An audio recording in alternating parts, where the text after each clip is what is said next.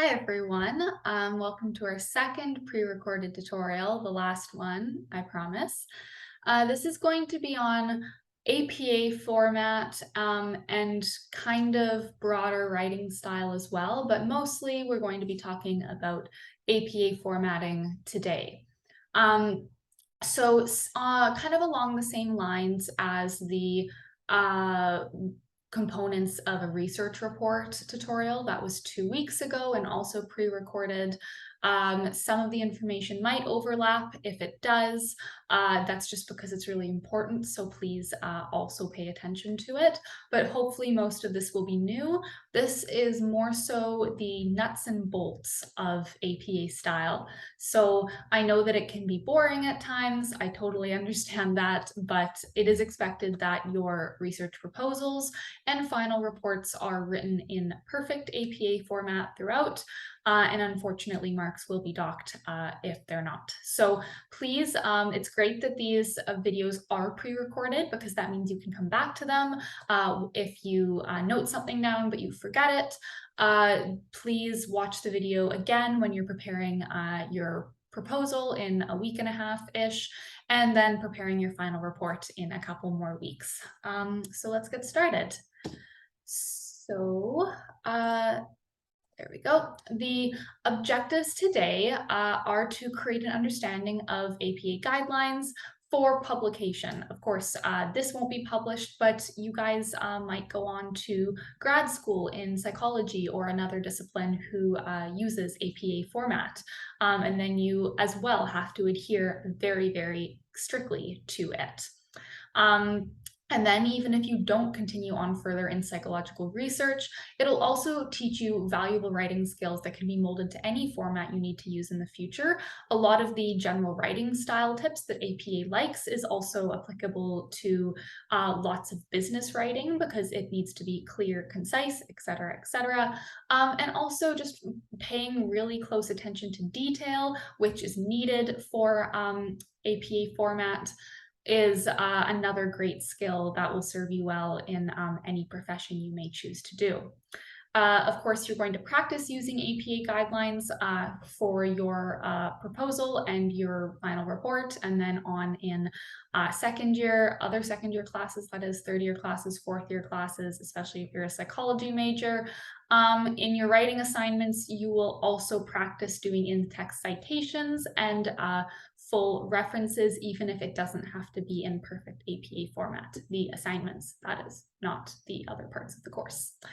And then, like I was just saying, you will be writing your final report correctly within these guidelines, hopefully. Okay, already covered that. So there is something called the APA Publication Manual for 7th edition. So this is a little book. It's not a textbook, but it's just kind of a regular size book. You can buy it off the APA website, maybe even at the bookstore as well. It's like $40 or something. If you are really committed to going on to grad school or something else, you might want to purchase it, or if you still have like quite a number of years of undergrad and you are going to be a psychology major. That being said, pretty much everything to do with APA format is also able to be found somewhere online. So I'm not saying that it's absolutely necessary to purchase the book, because it really isn't. But for our tutorial today, we're going to be focusing on the mechanics of styles. So that is, I believe, chapter 6. And then the other chapters just go really in depth into other things that you guys don't 100% need to know. Like there are ways, like there are specific grammar rules that are just for APA, and I'll just say that I don't even know those, so I won't be marking you guys on that. And then you'll see tables and figures are the next chapter. So I'm not going to be talking about tables or figures today, but I will be talking about them the next week, I believe, or the week after that. I will be talking about them before you have to hand in your final projects. And just a reminder that you guys don't need any tables or figures for your proposals because you put data in them and you don't have data yet. So it's totally okay that you guys don't know exactly how to format a table or a figure at this point, because that's coming before you actually need to do it. Okay, so we'll start with punctuation. This isn't really just like specific to APA format. This is really just good grammar. Right now, we've transitioned to one space at the end of a sentence.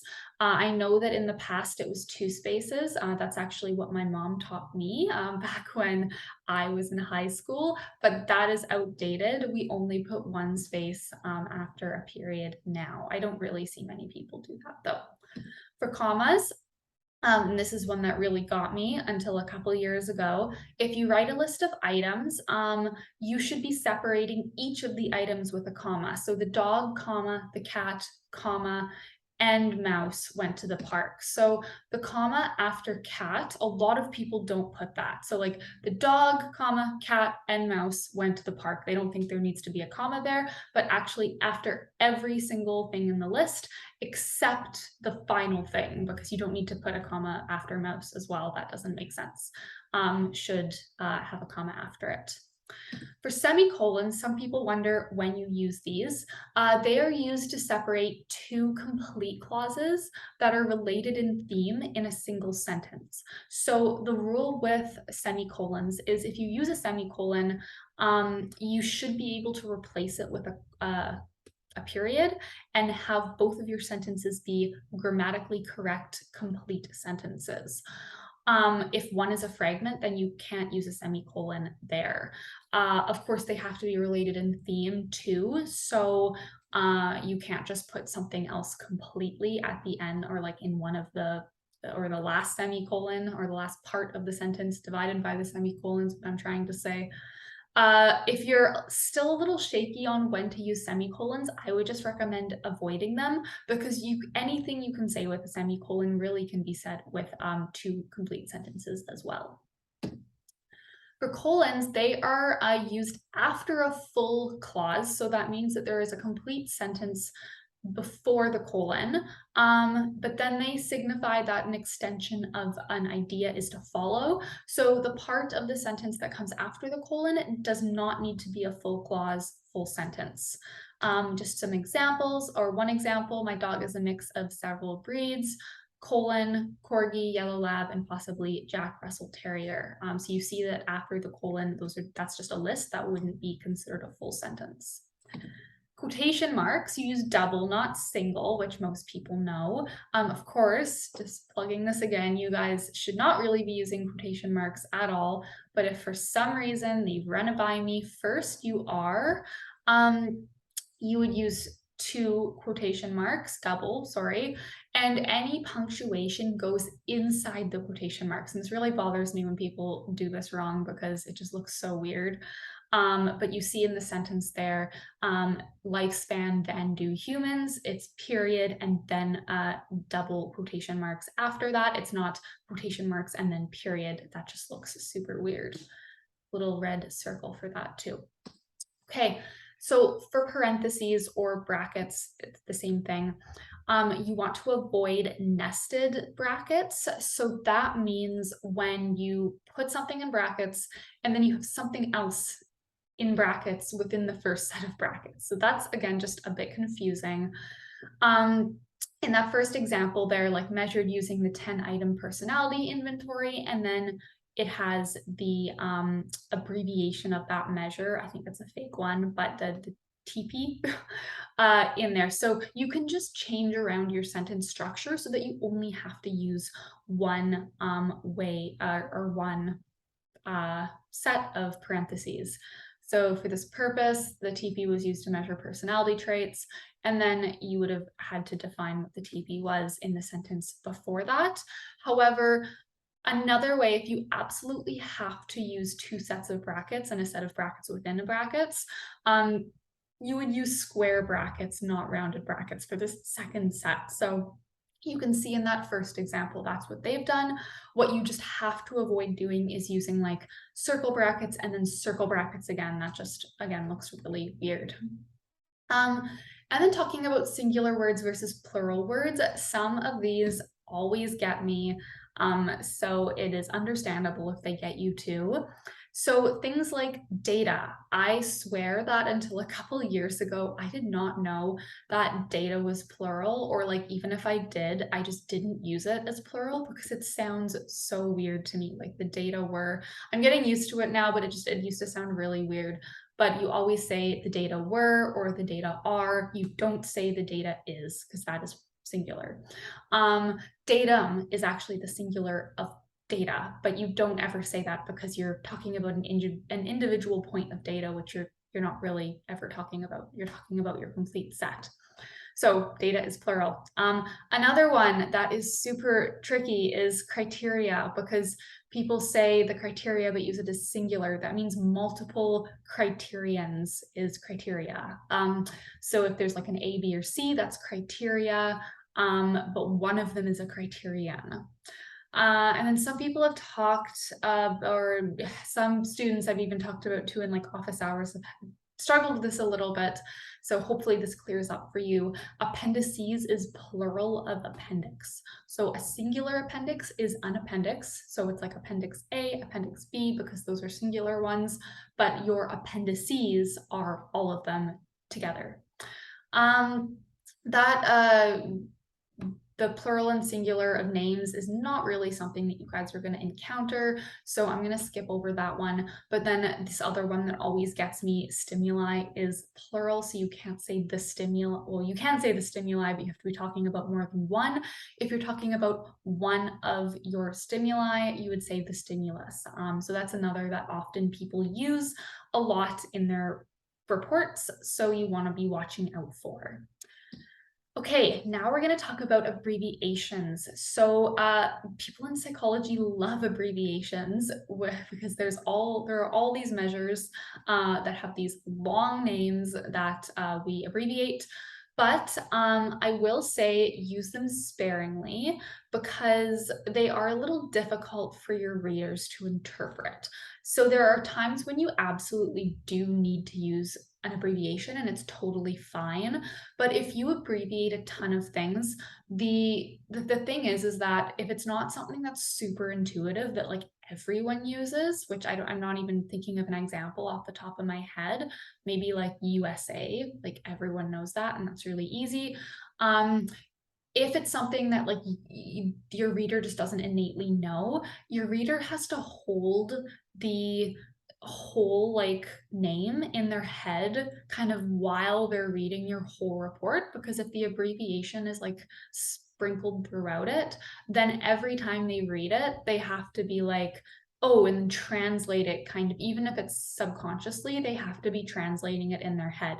So if you have one thing abbreviated and you're talking about it all throughout the report, that's fine and that's a good choice. But if you've abbreviated like 5 different things, no one can keep that straight in their head. So they're always going to have to be going back to like figure out what that abbreviation is, and it's just not a nice way to read anything. So the general rule of thumb, all that being said, is to not use an abbreviation if you only mention it 3 or fewer times in your text, because it's really just not worth it. If you use it more though, maybe it is. And especially if it's like a longer name or concept, then it also might be. So the example that's here is just to kind of illustrate what I was talking about before, how confusing using a lot of abbreviations can be. So the advantage of the LH was clear from the RT data, which reflected high FP and FN rates for the RH. Like that's just like you have to translate so many things in that sentence in your own head that it just becomes exhausting for your reader. Decoded, it is the advantage of the left hand was clear from the reaction time data, which reflected high false positive and false negative rates for the right hand. So that's just so much easier to interpret. And you're not even saving that much space in that instance. So it's not really worth time spent puzzling over abbreviations. So typically you won't be using abbreviations. One time when you often do is, I think I talked to at least one tutorial about this last week, but if you are using an existing questionnaire or survey measure to measure your dependent variable, like I suggested last week, Often these existing measures like the Beck Depression Inventory, the Beck Anxiety Inventory, the like personality assessment inventory, even though you wouldn't be using that because that's protected. All of these things, like no one really spells them out multiple times because they're always abbreviated in psychological research. And you too would probably abbreviate them just because they're so long. So what you would do is you always, and this is just for any abbreviation, is you define it, like you use the full name the very first time you mention it, and then in brackets you have the abbreviation. And then from then on, you only use the abbreviation. You don't ever have to spell it out again. If you use an abbreviation in a figure or table, you always put the decoded abbreviation in the caption or the legend, just so people can just see it right there with your table, even if you've talked about it prior to that point in the text. Okay, my goal is to get through this in an hour, so hopefully we will do that. I think we're on track. Kind of. So for standard Latin abbreviations, honestly, these are really confusing. You probably won't be using any of these. I don't really use these in my writing. The two that I do use are EG, which is an example, and then IE, which is that is. So people get these wrong all the time. I think until about 2 years ago, I got them wrong all the time. So if you are giving an example of something, which is often how people use both of these, the correct one to use is EG, example given. I don't even think that's Latin. I think it's just lumped in with all the Latin ones, but it's English. So if you are, rule of thumb, if you are just in brackets giving examples of something, it is EG. When you use IE, it's not examples, it's explaining something further. So if you just kind of say a phrase and then you explain it, that is IE. I would just recommend to stick with EG and never try and use IE unless you like go further into it and do some like internet deep dives as to when to use it. Or you can come see me and we can talk about it more. Okay, for numbers, you use numerals. When I say numerals, I mean actual numbers. So like 1, 2, 3, etc. Numbers 10 and above in APA format. So all these examples, 33 years old, 12 photos used as stimuli, 45% of respondents, etc., etc. Those are numerals. Any numbers in the abstract, so even if it's under 10, you would use a numeral to express it, like 5, 6, 2, etc. In the abstract, any number with a unit of measurement, so centimeters, minutes, etc., you would still use numerals even if they are under 10. Numbers that represent percentages, fractions, and decimals, always don't ever spell those out, always use numerals. And numbers that denote a specific place in a series. So whenever you're saying table 2, figure 1, row 6, you never spell those numbers out, you just use numerals. Now, going to when you use text to spell out numbers, any number less than 10. So if you're just talking about like 6 participants, you wouldn't say 6, you would spell that out SIX. Any numbers that begin a sentence title or heading, it's just very bad practice to start a sentence with a numeral. So you should be, even if it's like 73%, you should be spelling that out if it's the start of a title. However, whenever you can, you should actually reword your title so it doesn't start with a number. That's best practice. And then common fractions like 2/3, 1/5, etc., you would also spell out. So APA style uses the metric system. So even in the States, if you're using APA style, you should be in the metric system. But for us, that is super easy. We don't have to care about that because we use the metric system too. For statistical reporting, there are specific formats for reporting mean, standard deviations, etc., number of participants. I'll touch on this again in the data analysis tutorial, so you don't have to worry about this too much because you won't have data for your proposal. But You always report numbers in APA to 2 decimal places, and that's standardized. Don't ask me why it's 2, but it is. So I'll remind you guys about that again a couple weeks in the future. And yeah, just know that all your numbers that have decimals will be to 2 decimal places. Okay, so we've got through a lot of the really boring stuff. So in your report, now talking about references and citing, which is so important. So many students mess something up in their proposal and report and in their written assignments. I've already made notes for a lot of students who did things kind of wrong for their first writing assignment. So please pay attention to this part if you pay attention to nothing else. You will need in your report and your proposal to cite any sources that you have read that have influenced your ideas or work, that contain data or research outcomes that you've mentioned in your paper, and contain methods that you have replicated or extended. So those are kind of the two main, those last two. If you're citing something, it's usually that means that you've either you're talking about the results of the study, so that's typically in your literature review, or you're talking about their methods because you're doing something along the same lines, or using like a questionnaire that they created or something like that. So if you're citing methods, that could be in the literature review as well, or it's in the methods section itself. So one thing to note here, I think I even say like it's at some other point in this as well, but I know in some reference styles, you just kind of fill your, like it's not a reference section, it's a bibliography or something like that, and you fill it with things that like have influenced your thinking, even if you don't directly refer to them in your report. That is not APA format at all. For APA, you only put things in your references that have like that you're citing in text because you're directly referring to them, like results of a study, etc., etc. Again, if that's confusing, come ask me. But typically students kind of do this as default anyways, unless you're trying to reference pad, which is not good. More on that later. So we of course want to give credit where credit is due. So whenever you're talking about something that's not yours, not your idea, not your study, you will need to cite it.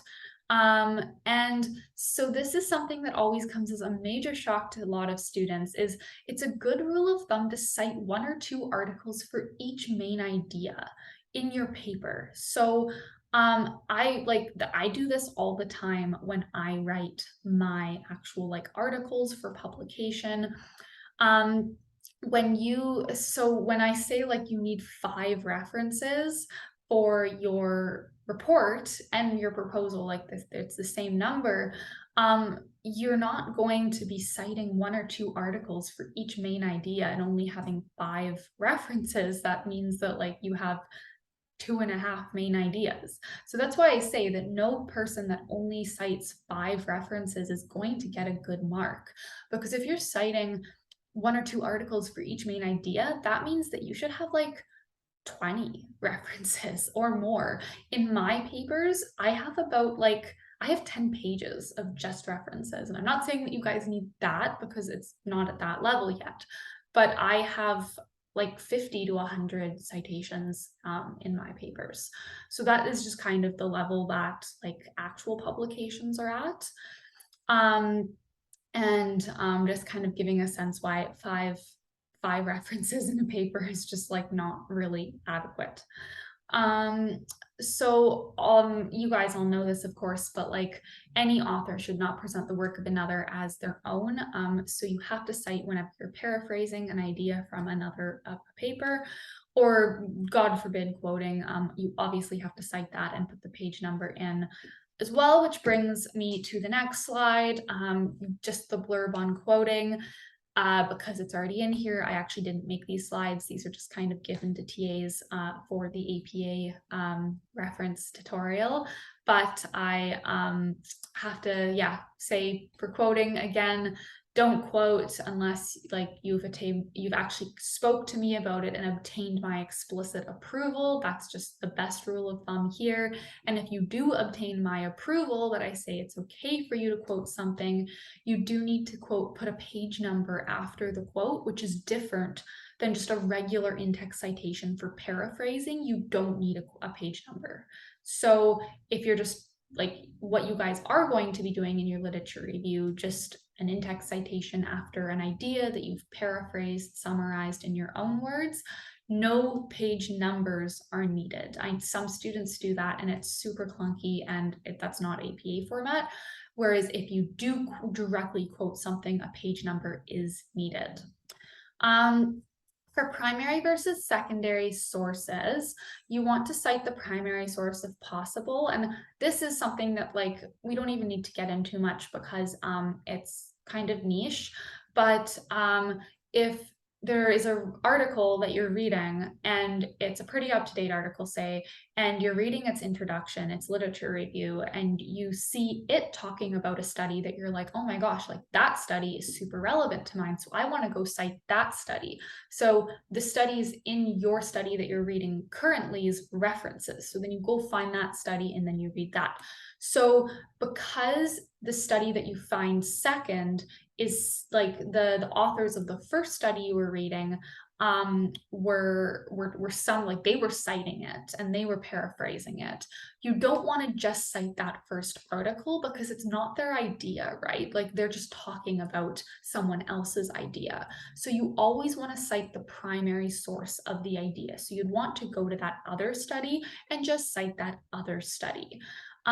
You can cite secondary sources when absolutely necessary, but like I don't even know when this would be. Like I guess if it's like a 1960s article and you literally just cannot find it for the life of you after looking for an hour, then yeah, maybe cite it as a secondary source. But if you can find the primary source, just cite that in the typical way that we're going to talk about on the next slide. If you cite a secondary source, you'd cite it like at the bottom of the slide here, Rabbit 1982, as cited in Leon et al. 2014. So you see the primary idea you're trying to talk about is that first citation, and then the as cited in, and that would be the equivalent of the article that you were reading when you found that other source that you wanted to cite. Okay, citing references in text. This is really the meat and potatoes of this section that's super important. There are two main ways to cite an article within written text. The first way is just the classic way that happens most frequently. It has the author's names and dates in brackets. So dogs have a form of visual color weakness as compared to humans, Smith, 1998. There, you've cited it. It doesn't have to be at the end of the sentence. It can be whenever it's at the end of the idea that you're citing. However, you can also just cite the date in parentheses if you are inserting the author into the sentence. So seeing the example, Smith 1998 suggested that dogs have a form of visual color weakness as compared to humans. With that, Smith is the author, so you're saying like this author said this, and that's why you're including their name. You never include their first names. That's something I always see a couple students do in their first writing assignment. You don't need to do that. That's not APA. And there's a whole whack of other information that you also don't need to include. You don't need to include the article title. You don't need to include the author's last names when you're doing in the sentence, when you're doing number one. So if you have their last name, like Smith, 1998 in brackets, you don't need to say like Smith found this, Smith, 1998. You only have to say the last name once. So yeah, these are all things that I see done incorrectly by students in the written assignments where you have to cite once, and in project proposals and final reports. So just as an example, it's unfortunate because I usually ask the class at this point to pinpoint what's wrong with this sentence. So I'll just say first what's wrong with this sentence. If you want, you can pause the video here and try and figure it out. But if now you've paused it and you've tried to figure it out and you've resumed it, there's multiple things wrong with this sentence. First, the name of the article is in the sentence. That is wrong. It's super clunky. No one should do that. The author's first names are in the sentence. That's never needed. And the author's last names are at the start of the sentence when they're also in parentheses at the end of the sentence. So you would only need to put 1996 in brackets, and you should probably put it right after Rosenthal and Jacobson. 1996 described that, and that's how you would fix that. Okay, so there's other ways that just get more complex when you add more authors' names to the mix. Yay. So if it's two authors, we've just been working with one so far, Smith and Jones. If you're spelling out the author's last names, like in the first example there, you use and, the word A-N-D, and then have the date in parentheses, just like we've talked about. Second example, as compared to humans, and then you have their names and the date in brackets, you don't spell out and, you do the little ampersand sign. So that's a key difference that you always want to be aware of, because I see it both ways. I see the ampersand in sentences, I see and, the word, in parentheses. These are the two ways that you can do it. Now, going on to 3 or more authors, this is where the et al comes in, and this is actually a change from previous APA formats. They used to make you, in the first mention of an article with, say, like even 7 authors, to spell out every single author's name, and they don't make you do that anymore, which is amazing. And this is actually also easier because it's the same way, whether you have the name actually in the sentence or if you're putting the name in brackets somewhere in the sentence. So if it's in the sentence, you say Smith et al. 1998. You can also say things like Smith and colleagues if it's in the sentence, but just keep it to et al. If you just want to be safe. And if it's in parentheses at the end of the sentence or somewhere else, you would put Smith et al. Again. So both ways you're doing et al. So that's probably the simplest thus far. Okay, and for et al, that's anything 3 or more. So there's we've talked about with 1 author, we've talked about with 2 authors, and then et al is 3 or more authors. So this is where it gets really confusing. And if you're confused, it's after I talk about this, it's okay. And it probably won't even affect what you're doing probably. So I would just default to what I've talked about before. But if you have an article and you're talking about it in the whole paragraph, so you would cite it again and again and again, and it's the same article and you're only talking about that one article, you can actually stop putting the date in. So you would have to put the author's name, last name, and the date in at the very first mention of it, like you're always supposed to. But after that, if you're just using the author's name in text, like that first example, Smith et al. Found, you don't have to put the date if you're mentioning it for the 2nd or the 3rd or the 4th time. However, if it's in parentheses, you have to put the date every single time, even if you're mentioning it the 2nd, 3rd, 4th, etc. So this is just, this is such a nuance. I would just stick to the regular citation, name and date if you are worried, because that will always be correct. Just to make things even a little more difficult, if you are talking about 2 articles in the same paragraph and you kind of go from one to the other, you have to use the name and the year every single time. You can't just start using the name after using the year once. So I'm just going to, I feel like if I talk more about this, it's going to become very, very confusing. So If you want to talk to me more about this, you can in office hours or something, but I don't want to confuse you guys. So if you want to cite multiple articles for one statement, which as I was talking about, this is a really strong practice because it means that there's more support for your statement than just one study. And your ideas often should have more support than just one study. If you're wondering what the order is, it is last name alphabetical. So you see here that Ramiro et al. 2002 goes before Smith et al. 1998, even though Smith et al. 1998 is sooner in date, or more recent, not more recent, earlier, that's what I'm looking for, in date than 2002. So it's always by author's last name, Ramiro first, Smith later. And it's separated by a semicolon, not just a regular comma. That's super important. If the same authors wrote a paper on a topic on two separate occasions, this is just also confusing, and this is getting really into the nuances of APA.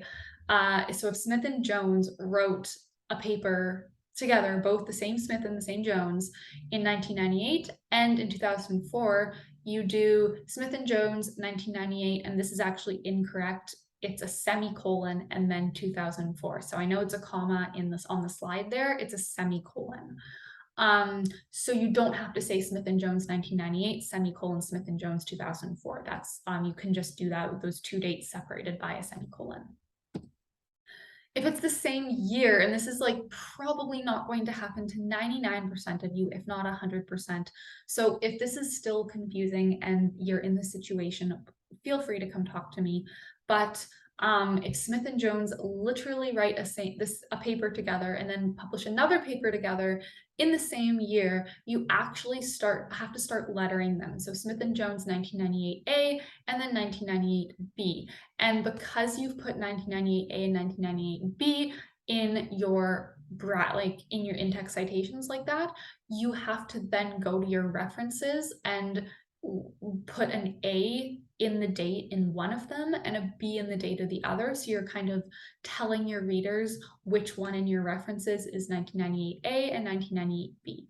Again, this is difficult. If you happen to be in this situation, then just let me know and I can kind of walk you through it. But just to let you know that this is how you handle it if there are multiple publications by the same author in the same year. Writing the reference list. Okay, so you only include the sources used in the research and in the preparation of the paper. This is what I was talking about before. It's not a bibliography, so if some paper you read at the very start of your own searching kind of made you think a little bit, but you didn't actually end up including any of its ideas or its results in your paper, then you don't put it in your references. It doesn't count. You can't just put in something that you actually don't use. This is super important. Each source you cite in your paper in text must appear in your reference list, and each entry in your reference list must also be cited in your text. So again, there's no space for just like putting random references into your reference list that you're not citing in your paper that is reference padding. I will notice it. I will dock you marks if I see that happening. Everything needs to be cited in your paper as well. Your reference list should be double spaced, just like your whole paper. There's the hanging indents, which you're going to see in just a second because we have lots of slides just showing you what these references look like. So if you have any doubt about it, you'll be an expert by the end of this tutorial. Accuracy is key. So spelling number should be double checked, of course, if you are copying and pasting from the generator on PsycInfo. It really should be accurate because you shouldn't be changing any aspect of it. And also, like I think I've said before, don't rearrange the order of authors within a source. Again, preserve what you copy and paste. You might have to re-italicize part of the reference, but don't actually change any of the words in it because it's not going to be right. Order of references in your reference list. This is also alphabetized by the surname of the first author, followed by initials of the author's name. So Brown JR precedes Browning AR because that's the nothing precedes something. So if it just stops at Brown, that will always precede something that has Brown in it, but also something else. You're probably wondering right now, okay, well, what if I have multiple references by the same author? How do I rearrange them?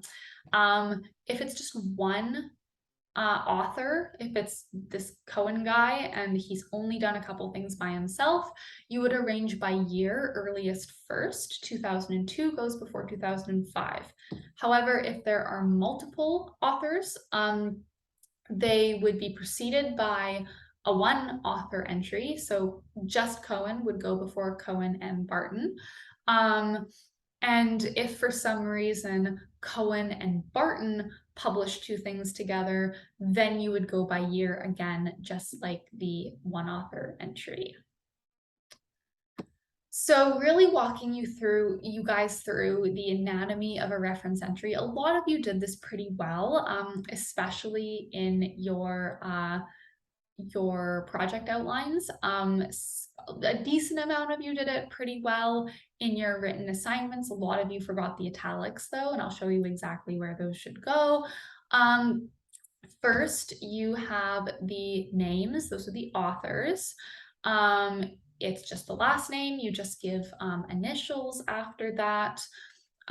Then you have the year in green. There's no month or day, it's just the year.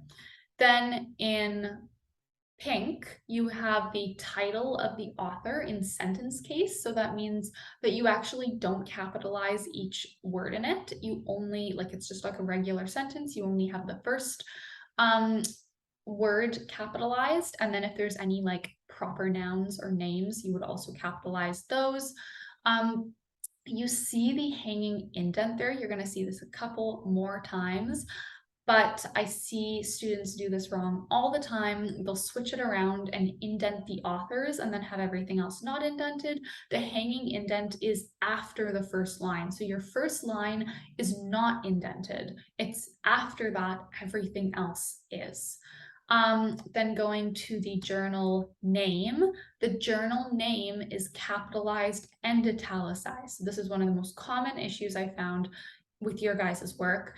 The journal name is always italicized. Then the volume number, also always italicized.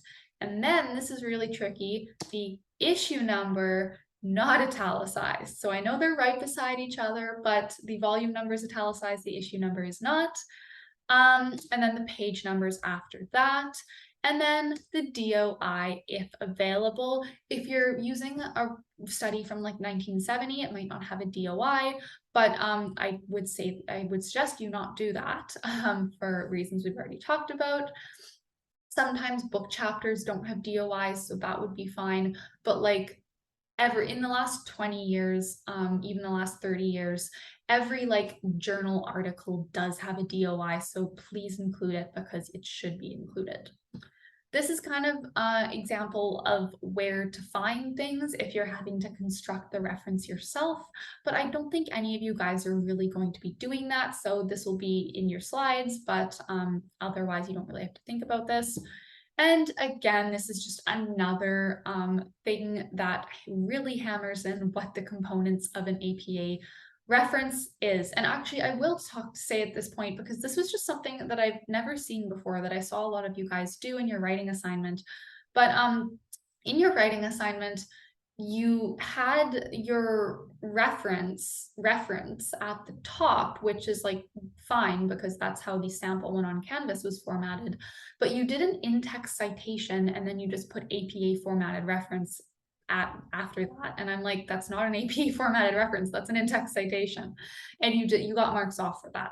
So I did mention it in your feedback, but that like in-text citations are different than full APA references. These are full APA references. In-text citations are only authors' last names and date or year, so a lot less information. But if it calls for a full reference, you need this, not just an in-text citation. Okay, so we're getting through things. Plagiarism, I've mentioned this before. We've had a couple issues with it, but nothing major. I hope nothing else happens in the course of the semester. But each time you paraphrase another author, so this isn't just like, this isn't quoting directly, but this is like summarizing things in your own words. You need to credit the source in the text. So that means an in-text citation, what we've talked about before, is needed. If it's quotes, it also needs a page number, but you shouldn't need that. Please, if you have any questions or problems around plagiarism or outstanding things that you don't think that you understand, please review the supplementary guide. There's also like plagiarism. I think there's like a tutorial maybe in Canvas under the 201 course. I know that there has been in previous years, but please, or come see me and we can chat about it as well. I'm happy to talk about it and explain a bit more just to make sure it doesn't happen again. Okay, I kind of go through this slide really quickly, or not really at all, because this is talking about information about authorship and how authorship is decided. And you guys don't really need to know this for the purpose of undergrad studies, because of course, everything that you're writing, you're the author of. This is more for like actual publications and research labs. So you'll have it when I send out the slides, but you don't need to think about it right now. Okay, and then writing style tips. So we've talked about this before when we were in the like other pre-recorded tutorial on research report writing.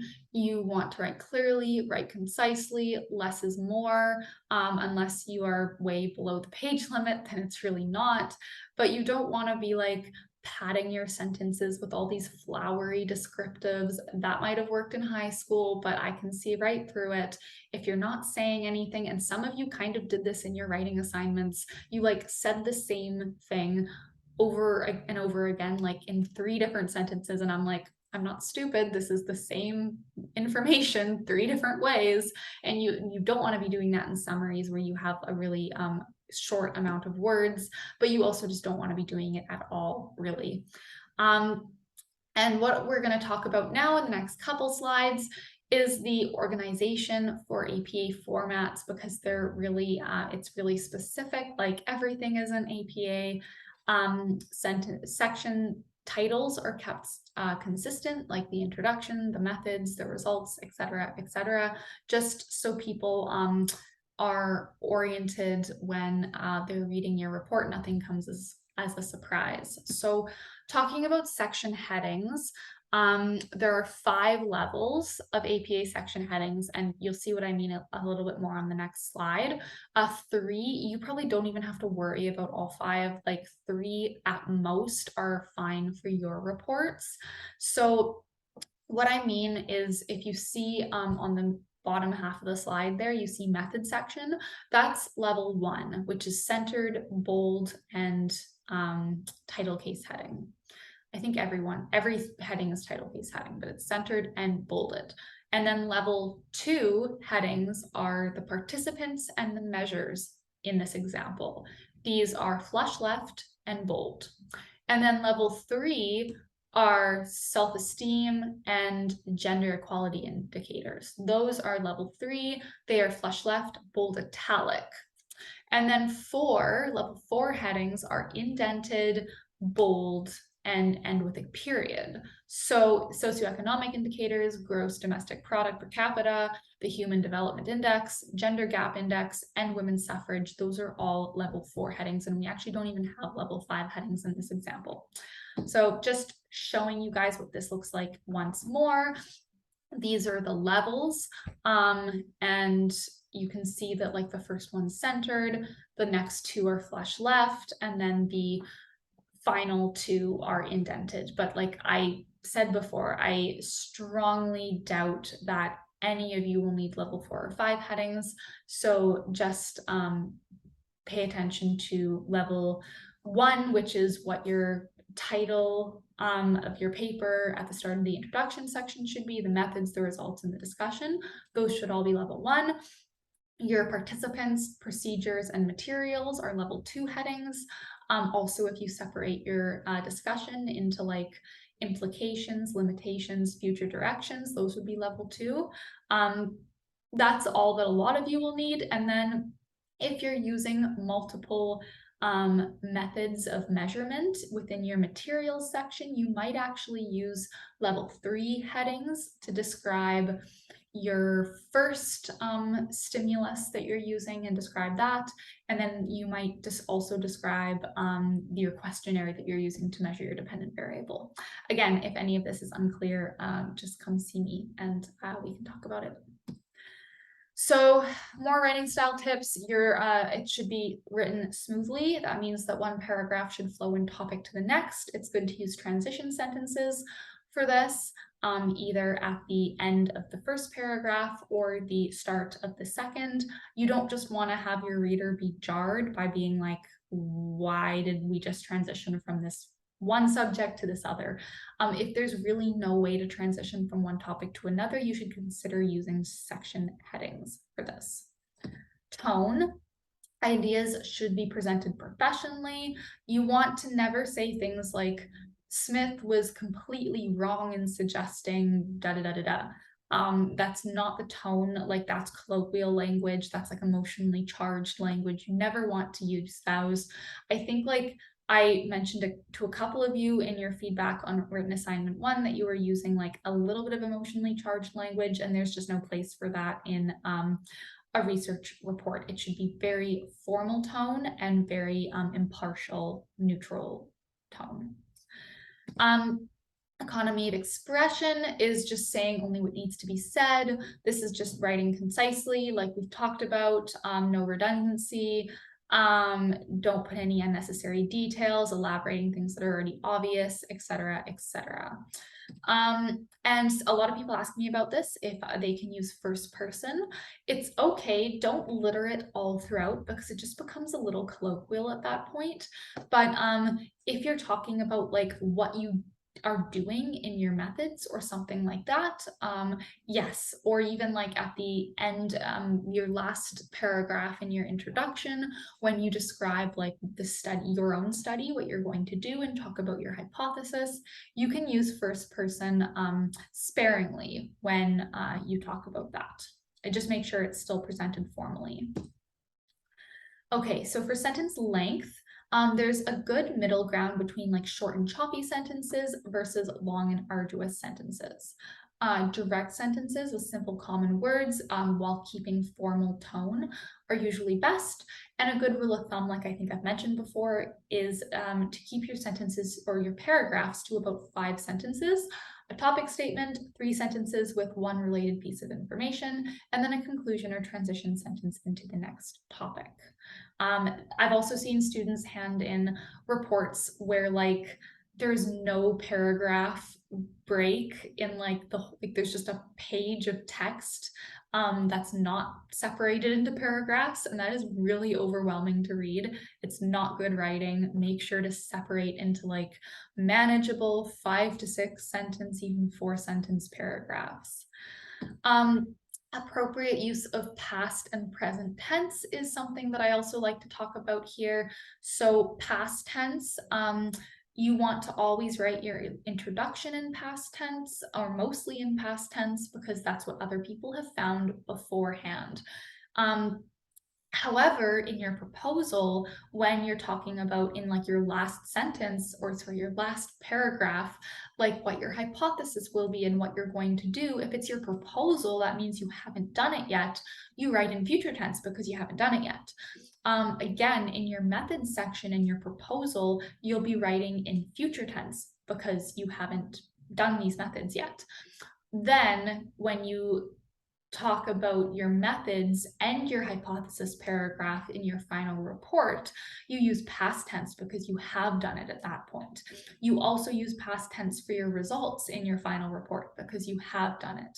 The only place that you're supposed to use or anything other than past tense in your final report is when you're talking about general facts or conclusions in your discussion section. So I know that might seem confusing, but really just like use common sense. Like don't write about something in future tense if you have already done it. That's weird. And don't write about something in past tense if you haven't already done it. That is also weird.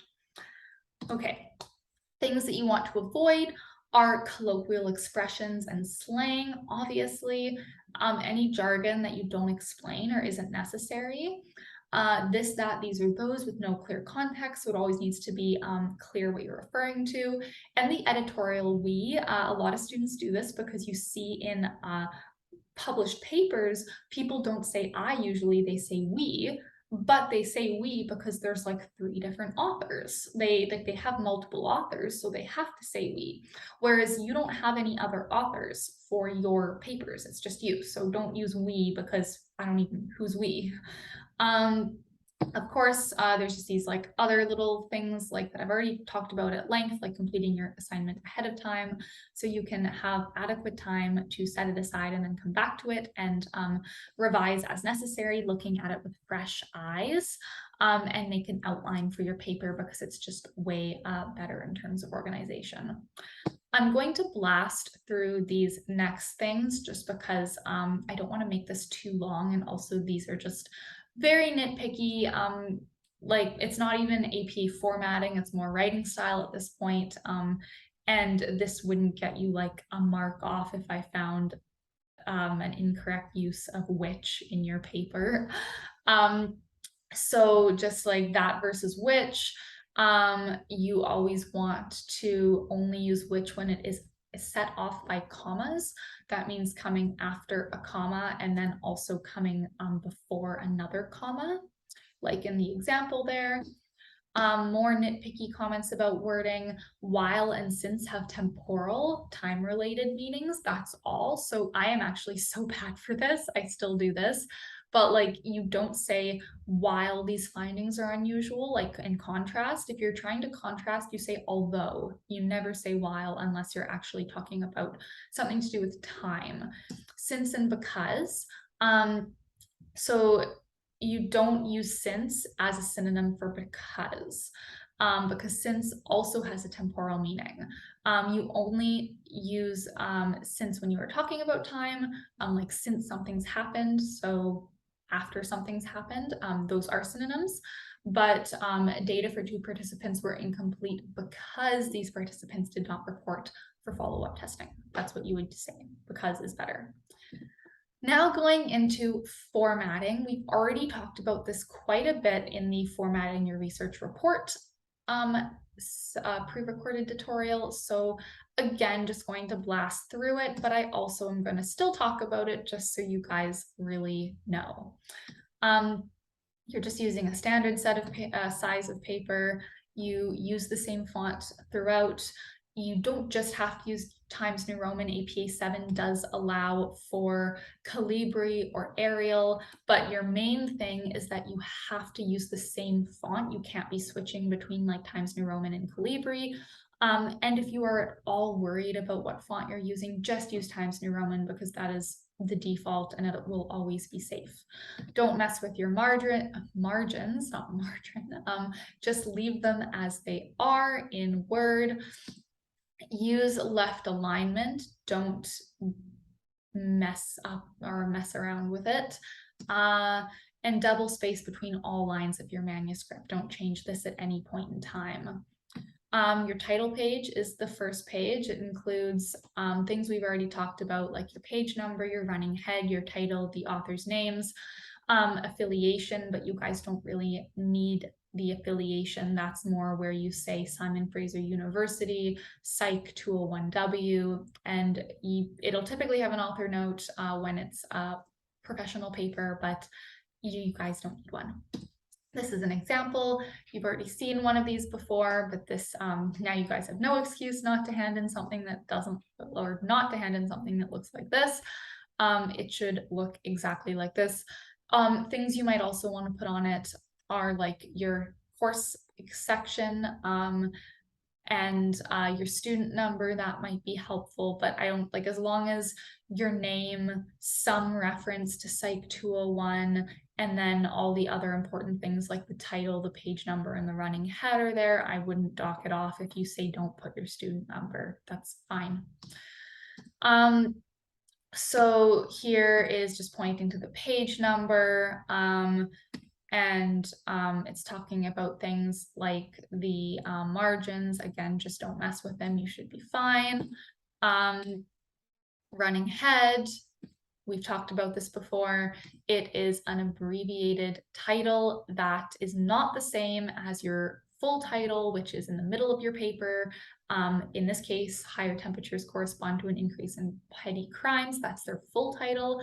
Their running head is effective temperature on crime rate. It's different, but it's a condensed version that makes sense. So you don't just like, some people I've seen will do like take a couple words of their full title, but they don't actually make sense and put it as their running head. Make sure your running head makes sense, but it's abbreviated, like it's smaller than your full title.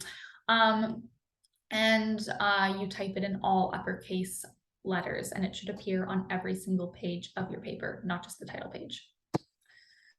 It shouldn't exceed 50 characters, inclusive of any punctuation, but I don't know why there'd be punctuation in the running head.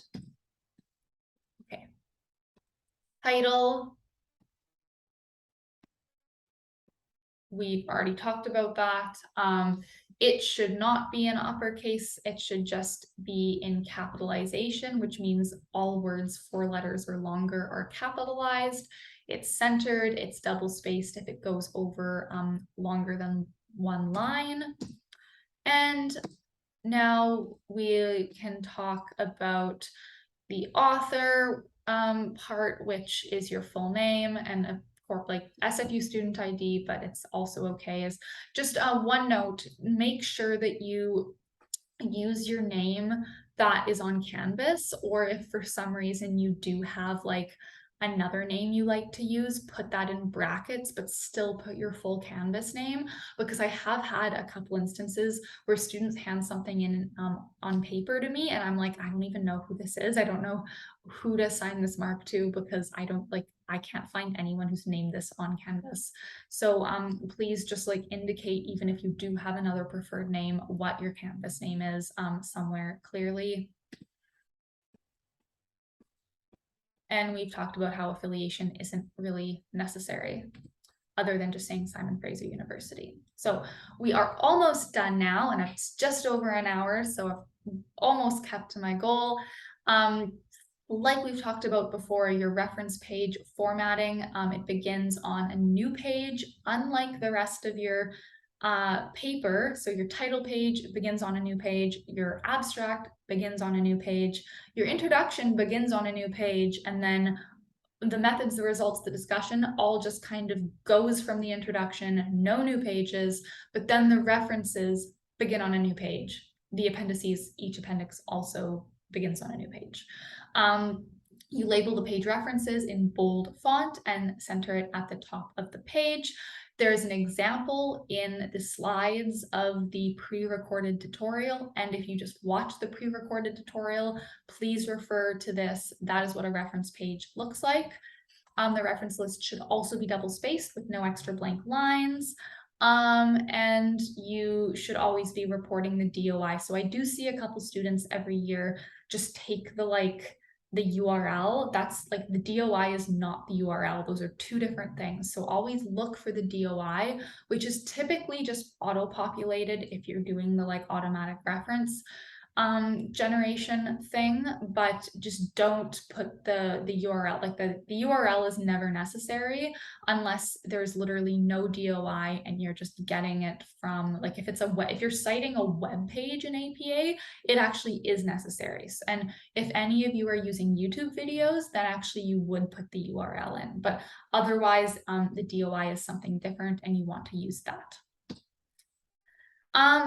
And then for basic rules, this is actually something that is super helpful. I didn't even know this, but everyone struggles with hanging indents.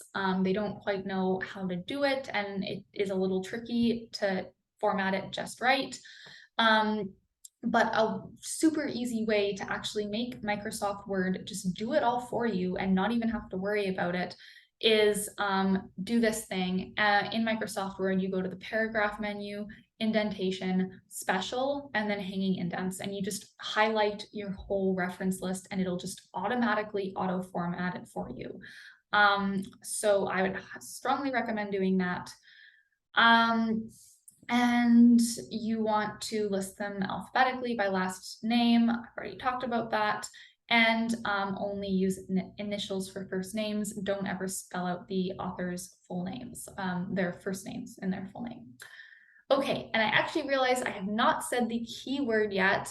In keeping with the cozy fall food theme, the keyword is hot chocolate. So that's what you will be putting into the survey to let me know that you've watched this video right after you've watched it. And then that brings me to the very last page or slide. This is just another example of what references look like with the hanging indent. So it's not the other way around. This is what a hanging indent is. If you're wanting to check your references to see if they're right against something, this is also a good source. Okay, thank you so much for listening to this. And be sure to complete the survey right after. It should be also linked in the Canvas message that was sent out with a link for this video. You can also find the link to the survey in the YouTube description for this video right on this page too. Thank you guys. See you next week.